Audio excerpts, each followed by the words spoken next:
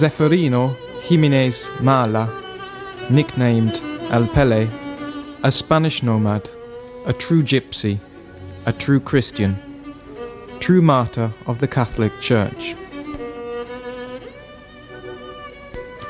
He was born in Benavent de Segria, in the province of Lerida, in Catalonia, in August of 1861. His baptismal certificate has been ruined by moisture, and the exact date is no longer legible. He was baptized in Fraga, in the local parish church of St. Peter, where his nomad parents, Giovanni and Giuseppa, made a brief stop. As a child, he used to go begging, like many gypsy boys and girls do. We also used to go around selling wicker baskets with one of his uncles. As an old man, he was able to tell his nieces and nephews, "As a child, I sometimes suffered hunger. If I could see smoke when I got back from my roaming around, I knew there would be something to eat. If there was no smoke, it meant that the woman had nothing to cook. During the winter, I washed myself in the mornings with snow." The elderly people spoke Kalo, which he also learned to speak. Together with other Kalos, he gathered snails to eat and sell. He met the bandit Cucaracha, who was notorious in the region of Los Monegros. When Ceferino was 14 years old, Cucaracha, the outlaw, was caught and executed by the civil guard. At 18 years of age, El Pelé married a gypsy girl. La Calo, Ceferino, took a Kali, Teresa, according to the ancient nomad customs. He always loved her, despite the fact that she bore him no children. He would clap his hands, play the castañuetas, and shout "Ole" to liven up the dancing. Until the age of 40, he lived as a nomad and semi-nomad. He roamed around the towns and cities of Aragon and Catalonia with his wife. In this region, a different language is spoken, and Ceferino learned to say his prayers in Catalan rather than Spanish. He was a wanderer, like all Kalis. Here we see a group setting off on a journey. This photograph was taken around 1920 in the vicinity of Huesca. The vast majority of gypsies, who were always traveling from place to place to the fairs, never thought of sending their children to school. Pelé never went to school. He was unable even to write his own name. He became an expert salesman using a printed business card which showed his name with the words "horse dealer" on it. The Bible says, between selling and buying there is sin. It is difficult to find a salesman without sin. Ceferino, however, was incredibly honest. During the diocesan process of investigation for the beatification, everyone vouched for this under oath. He would always go to the fairs. Pelé just had to be at the annual provincial fair of St. Andrew in Huesca, 50 kilometers from Barbastro. This photograph was taken in 1909. In 1918, Ceferino went to France with money that he had borrowed and returned with several young mules, which the French government had sold at the end of the World War I. He worked very hard, traveling from one fair to another, arguing with the police sometimes, working in stables, always acquiring food and bedding for the animals, and leading them to the public drinking trough, to say nothing of the grooming and shoeing of them. Like a true nomad, he did all this very willingly. He loved horses, especially race horses. He always had at least one and rode them with his own special skill. Members of his family still remember the names of some of his favorite horses, like El Chispa and El Cadaraz. He treated them well and almost held conversations with them. From about 40 years of age, Ceferino began to stay for longer periods in Barbastro. On the other side of this mountain range, in France, there is the shrine of Our Lady of Lourdes. In the center, we see the San Hipólito district, also known as the Gypsy Quarter. Pelé often stayed here. Higher up and to the right is the cathedral bell tower, and a little higher and to the left is the oval bull ring with the hospital and the cemetery. Barbastro is a city of the River Vero. One day, Ceferino gave alms to some gypsies. When he was told that they were camped under the bridge, he went down with them, speaking kindly to them. Whenever Pelé stopped in Barbastro, he lived in a house, number 31, on Via San Ippolito. The old gypsy El Bomba remembers, on entering, there was a large open courtyard. A staircase led to the living quarters, and a door opened into a small stable, big enough for 2 or 3 animals. Outside, on the left, there was a large stable for 10 or more animals. Since he had no children of his own, Pelé adopted Pepita, his wife's niece. He loved her dearly. He took her first to kindergarten and then to a school run by the Sisters of St. Vincent de Paul, who taught her to read and write, to embroider and to play the piano. Pelé made friends with Professor de Orto, the first on the left in this picture. Ceferino, the oldest and tallest in the next picture, had many non-gypsy friends. His friends came from all walks of life within the city. The rich and poor, ordinary and important, were all in his friendship. Señor Nicolas Santos de Orto was a famous professor of civil and canon law.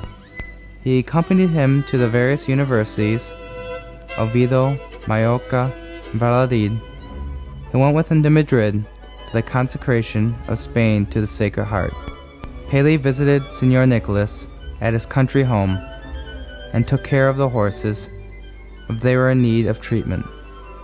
He had his own room in the house, and in the evenings he enjoyed friendly conversations with Nicolas's children before they went to bed. A younger member of his family said of him, "He wasn't afraid. When necessary, he would intervene fearlessly to defend what was right. He lived according to the gypsy law with fortitude and justice." He was not a racist. He was, as it were, like a human bridge between 2 worlds. Pelé was married according to the rites of the Catholic Church after 32 years of marriage, according to the gypsy law. The ceremony took place in the church of San Lorenzo in Loretti. This can be found written on his wife's baptismal certificate. Teresa married Ceferino Giménez Malla on January 19, 1912.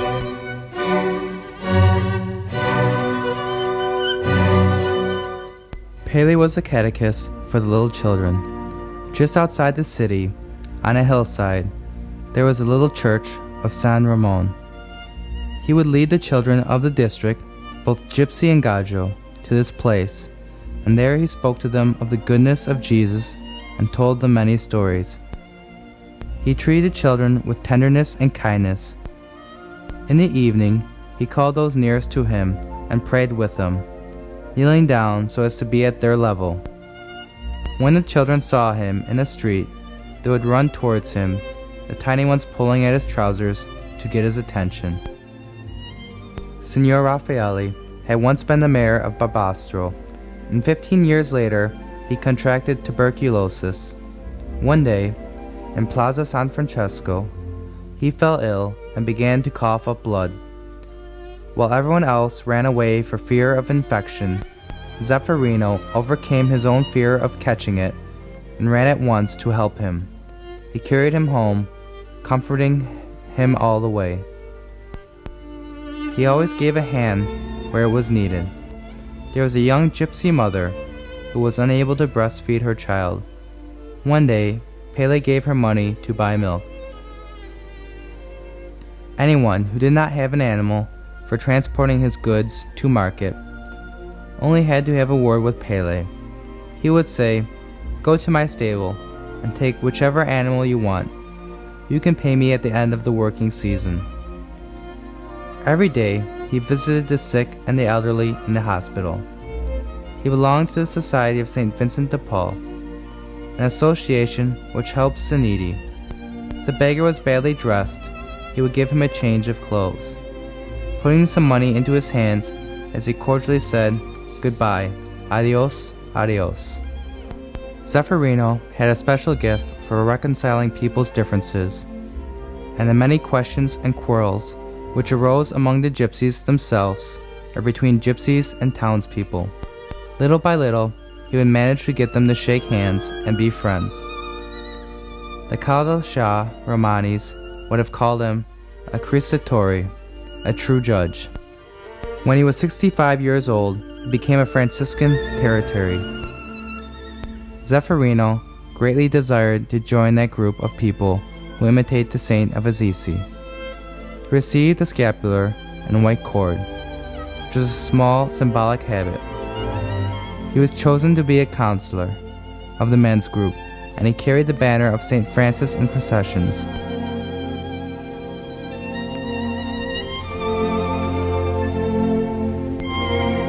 During his last 20 years or so, Ceferino said the Rosary every day, either at home, in the street, in the old people's home, or in the prisons.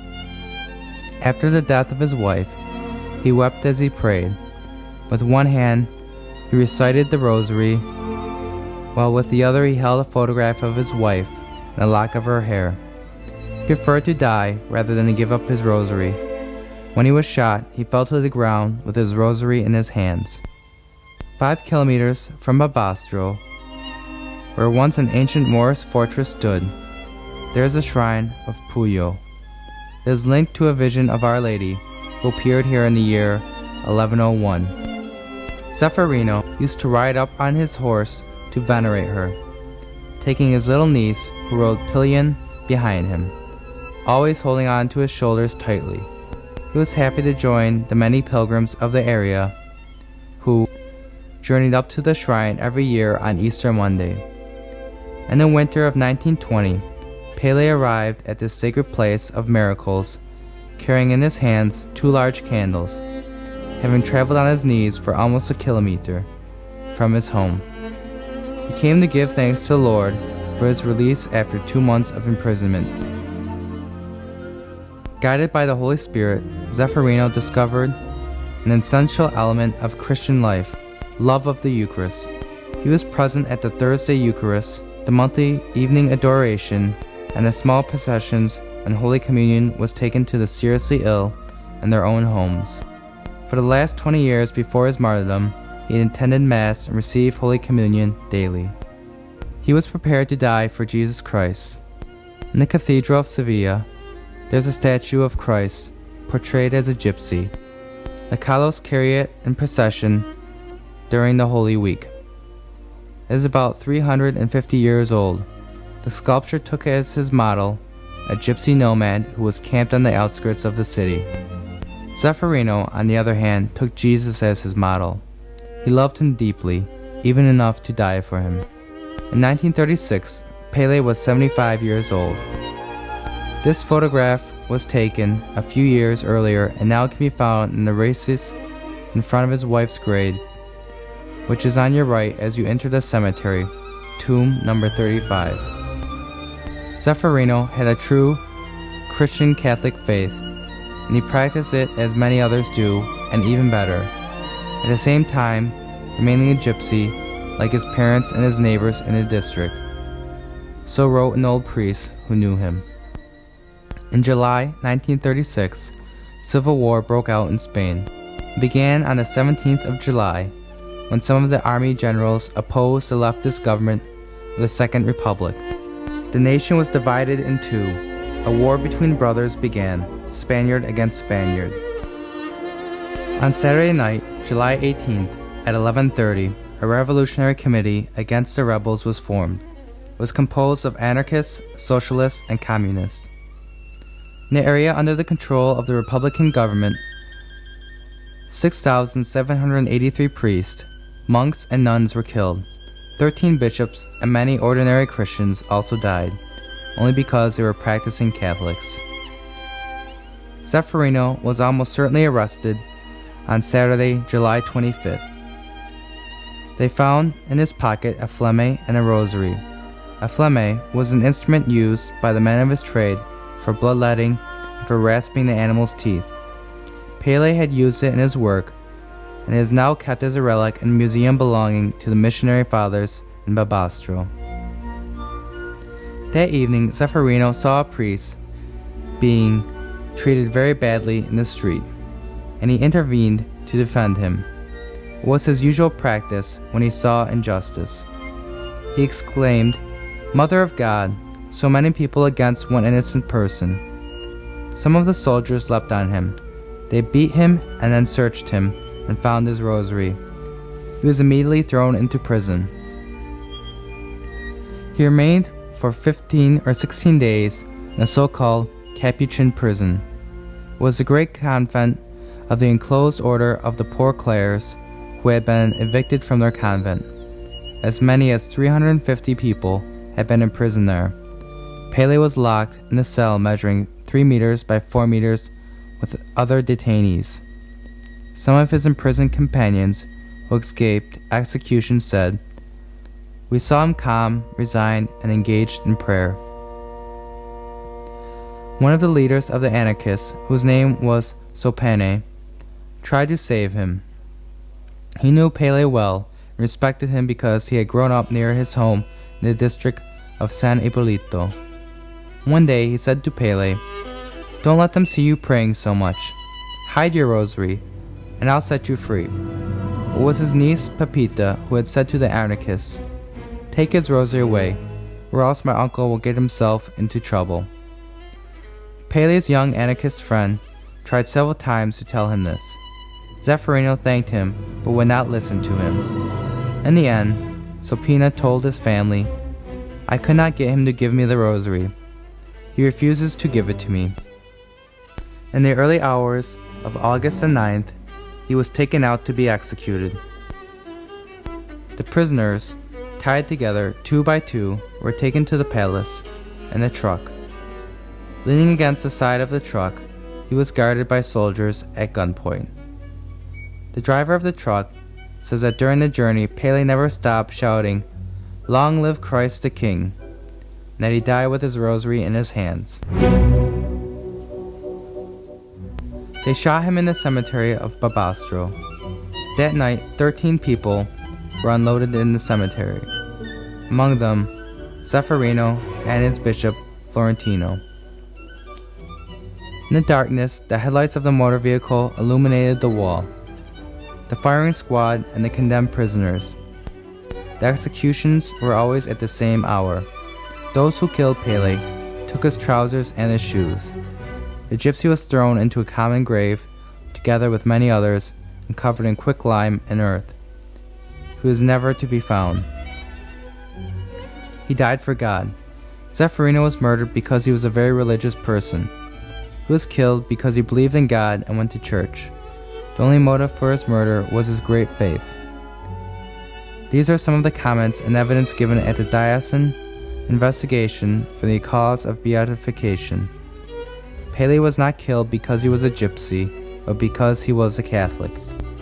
In that dreadful period, many people of the Barbastro diocese were killed.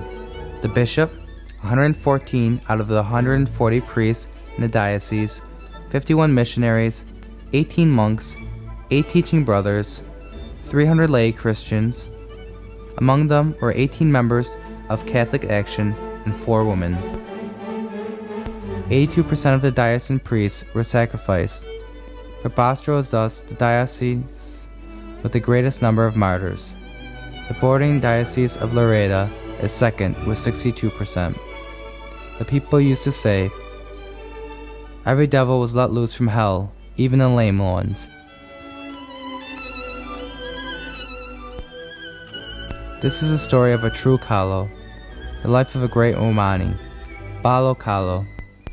He was a real gentleman, tall, slender, strong, dark-skinned, and with protruding ears. He was a happy, free, and easy fellow. He greeted everyone, was especially hospitable on feast days, amiable and quiet in his old age. He never used vulgarities. He suffered much when he heard a gypsy cursing the dead. He was never seen drunk. During disasters or sorrows, he would repeat, "It is God's will." Praise be the Lord.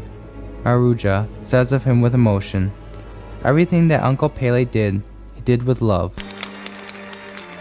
On the 4th of May, 1997, 61 years after Pelé's violent death, Pope John Paul II beatified him, together with his Bishop Florentinus Asensio Barroso, Ceferino Giménez Malla, Caetanus Catanoso, Henricus Rebuschini,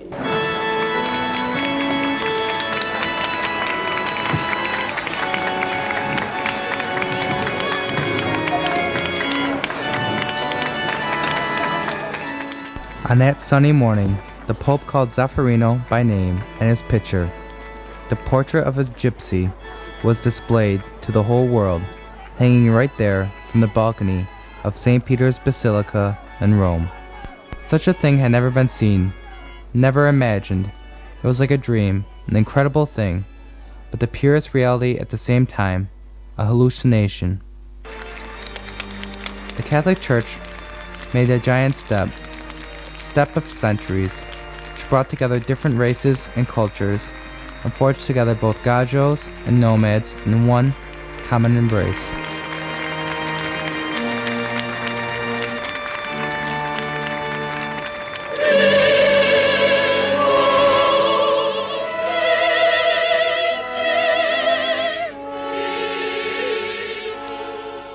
Only 1 year after the memorable day in the history of the Gypsy people, the day which marks before and after Pelé, Ceferino had become the best known and most beloved Caló in the world. He has even appeared on posters in the Czech Republic.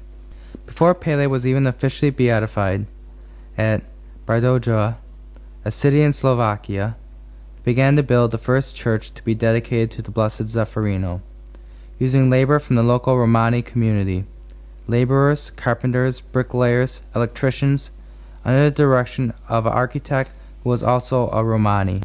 El Pelé has returned to Babastro, beatified, both in the Church of the Poor Clares and in his own parish of St. Francis. In a quiet, tranquil place, today as when he was alive, his devotees, both Gajo and Caló, take their everyday problems to him and ask for his intercession with God. Even just looking along the streets of Babastro, one can become aware of his presence.